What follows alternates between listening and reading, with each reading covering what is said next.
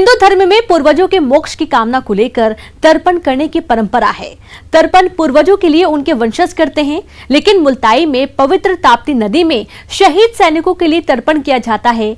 देश का ये एकमात्र तीर्थ स्थल है जहां पितृपक्ष के दौरान देश के शहीदों का तर्पण होता है। जितने भी सैनिक जो शहीद हुए, देश के ऊपर बलिदान दिया, वीर सपूतों ने, भावनी हमारे सभी समस्त समिति की तरफ से, जो तर्पण समिति की तरफ से मंत्रोच्चार के बीच पितरों को तर्पण। तस्वीरें बैतूल के मुल्ताई की हैं। पवित्र ताप्ती नदी के किनारे तर्पण चल रहा है। ये लोग अपने पूर्वजों की बजाय देश के लिए कुर्बान हुए लाखों सैनिकों के लिए तर्पण कर रहे हैं, वो भी पूरे विधि विधान से।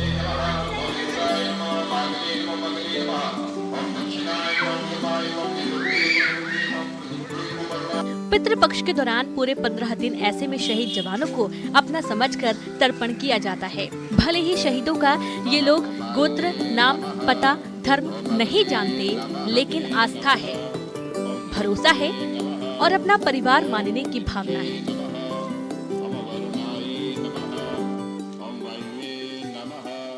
ये करीब 25 सालों से हमारे गुरु थे दुर्गा प्रसन्न जी, दुर्गा त्रिवेदी जी, उनके द्वारा चालू कराया गया था। पिछले 25 सालों से लगातार यहाँ पे तर्पण हो रहा है।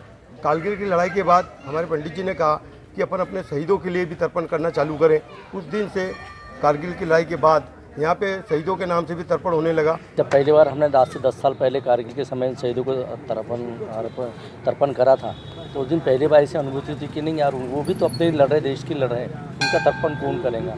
तो ऐसा लगा वो भी हमारे अभिन्न अंग, हमारी भाई बहनें देश की रक्षा कर रहे हैं। उस दिन के बाद में हम जितने भी देश में शहीद होते हैं, उनका भले गोत्र नहीं पता, मगर वहाँ ताप्ती में उनका अज्ञात करके या नाम लेके ही कर दी जाए तो उनको मुक्ति मिलती है। बहुत अनुभूति है सर। और यहाँ देखा गया कि हमें अपने पितरों के भी दर्शन सपने में होते हैं। ताप्ती सरोवर पर तर्पण पिछले कई सालों से किया जा रहा है।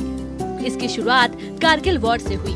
तर्पण के लिए यहाँ बाकायदा एक समिति काम कर रही है।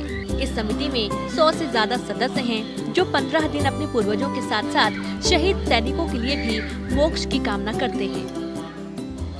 सबसे पहले 10 साल पहले ये विचार आया मन में, क्यों ना हम अपने जो देश के लिए, राष्ट्र के लिए शहीद सैनिक हुए, उनके लिए भी तर्पण करें। क्योंकि हम मित्र का तर्पण करते हैं, हम शत्रु का तर्पण करते हैं, तो एक बार हमारे राष्ट्र के शहीदों के लिए भी तर्पण किया जाए, क्योंकि वो भी हमारे परिवार के सदस्य हैं।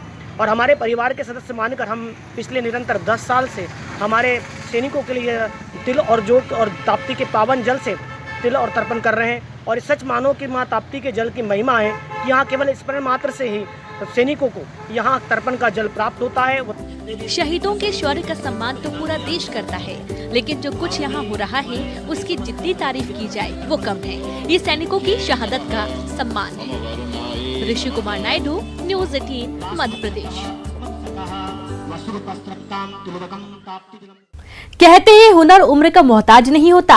ये कहावत सिद्ध करके दिखाया है छतरपुर के एक नन्हे वैज्ञानिक हर्षवर्धन ने। महज 10 साल की उम्र में एक ऐसे इन्वर्टर का आविष्कार करके दिखाया है जो 800 रुपए की लागत से बनकर तैयार हुआ। इससे 6 घंटे तक पंखे की हवा का लुत्फ उठाया जा सकता है।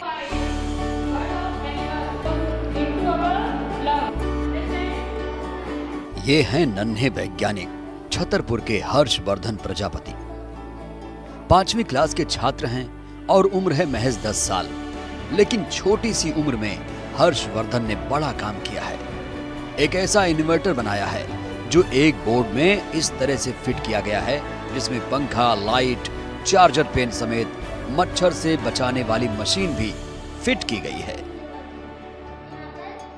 ये इन्वर्टर ऑटो मोड में काम करता है। जब लाइट चली जाती है तो ये खुद ही लाइट ऑन कर देता है। खास बात यह है कि 3 घंटे में ही फुल चार्ज हो जाता है। मैंने ये जय जवान जय किसान जय विज्ञान मिनी इन्वर्टर बनाया है। कैसे काम करते हैं? इसमें एक फैन लगा है, एक मॉस्किटो किलर लगा है, एक बल्ब लगा है, एक चार्जिंग की, इसको चार्ज करने मतलब फोन चार्ज करने के लिए होल्डर बल्ब के लिए भी, और नाइट लैंप भी है। अगर बिजली कट जाने के बाद भी आप पंखे की हवा का मजा लेना चाहते हैं तो ये इन्वर्टर 6 घंटे तक चलाया जा सकता है। और अगर आपको पंखा, लाइट और फोन को एक साथ चार्ज करना है तब भी ये 3 घंटे से ऊपर काम करता है। हर्षवर्धन को ये प्रेरणा उसकी दादी से मिली है।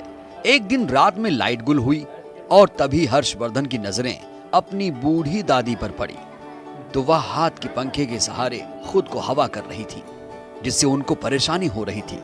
तभी हर्षवर्धन ने इस इन्वर्टर को बनाने की ठान ली और महज 10 दिन की कड़ी मेहनत और सूझबूझ से इन्वर्टर तैयार कर लिया। इसका आइडिया दादी से आया था। क्या?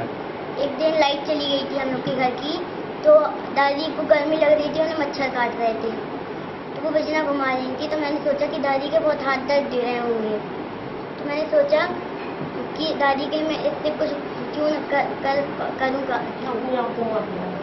तो फिर दूसरे दिन मतलब ऐसे ही 5-6 हफ्ते बीत गए, तो फिर मेरे थोड़े खिलौने खो गए। तो मैंने ये बात अपनी मम्मी को बताई, तो मेरी मम्मी ने कहा कि तुम अभी रुको, मैं तुम्हें एक चीज़ ला के देती हूँ। तो मेरी मम्मी ने मुझे एक गुड नाइट का ऑल आउट ला के दिया। तो मम्मी ने कहा कि तुम इससे कोई चीज़ बनाओ। तो फिर मैंने सोचा कि मैं इससे उस दिन दादी को मच्छर काट रहे थे, मैंने सोचा कि इसमें मैं फ़ैन लगा सकता हूँ, इसमें फ़ोन चार्जिंग के लिए भी लगा सकता हूँ, और मॉस्किटो किलर तो इसमें लगेगा ही लगेगा। हर्षवर्धन के स्कूल टीचर की माने तो ये नन्हा वैज्ञानिक हालांकि पढ़ने में उतना होशियार नहीं है, लेकिन हुनर कूट कूट कर भरा है। हर्षवर्धन के पिता ने अपने नन्हे वैज्ञानिक के इन्वर्टर का पेटेंट भी ले लिया है, जिससे कोई और उनके आविष्कार की कॉपी ना कर सके। हर्षवर्धन के इस अद्भुत इन्वर्टर की ख्याति इतनी बढ़ रही है कि हर्षवर्धन के इन्वर्टर की मांग दुबई समेत देश विदेश में भी हो रही है, लेकिन हर्षवर्धन के पिता इसे देश को ही समर्पित करना चाहते हैं। तो इन्होंने इसको ऑल आउट दे दिया कि ऑल आउट से तुम खेलो, आगे जी तुम्हारे किस काम की।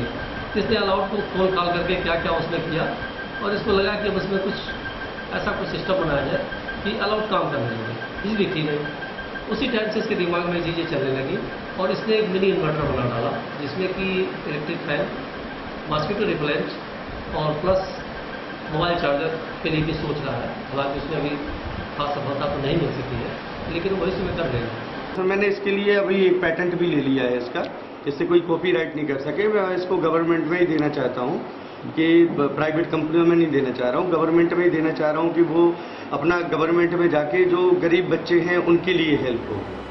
कुछ कर दिखाने का जज्बा और वैज्ञानिक बनने का सपना लिए छतरपुर के नन्हे वैज्ञानिक को इंतजार है सरकारी मदद का। अगर इस साल 10 साल के नन्हे वैज्ञानिक को सरकार मदद मुहैया कराए तो निश्चित ही देश के लिए कई आविष्कारों को बनाकर देश का नाम रोशन करेगा। सुनील उपाध्याय, न्यूज़ 18 छतरपुर। बात युवा की हो रही है तो मिलते हैं कोरबा के युवकों से, जिन्होंने स्वच्छता को मिशन बना लिया है। कल में डुग्गू वार्ड के 25 युवकों ने अपने इलाके की सफाई का बीड़ा उठाया है। पिछले 6 माह से ये अपने वार्ड को साफ सुथरा रख रहे हैं, वो भी बिना किसी मदद के।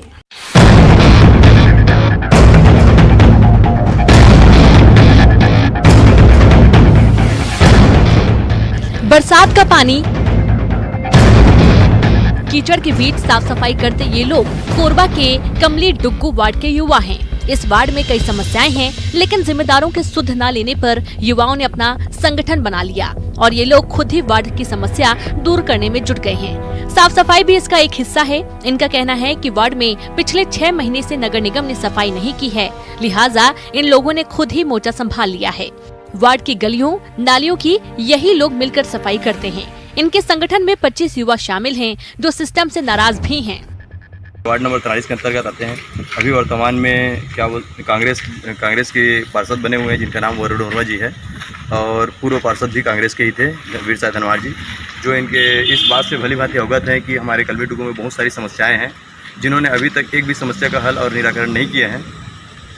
यहाँ पे देख सकते टूटा हुआ है और साथ ही पूरा कीचड़ हो गया है, जिसकी कोई व्यवस्था नहीं। बच्चे यहाँ खेल कूद भी नहीं सकते, अपने स्कूल के समय में दौड़ धूप नहीं कर सकते, और किसी प्रकार के सांस्कृतिक प्रोग्राम भी अगर रखना चाहें तो वो भी नहीं रह सकते। युवाओं का कहना है कि उनकी साफ सफाई से दूसरे भी प्रेरणा ले सकते हैं और उनके संगठन से जुड़ सकते हैं। हालांकि ये काम नगर निगम का है, लेकिन इन युवाओं ने साबित कर दिया है कि अगर सिस्टम काम ना करे तो हाथ में हाथ धरे रखने से कुछ नहीं होता। बदलाव के लिए जरूरी है खुद जुट जाने का, और यही काम ये युवा कर रहे हैं।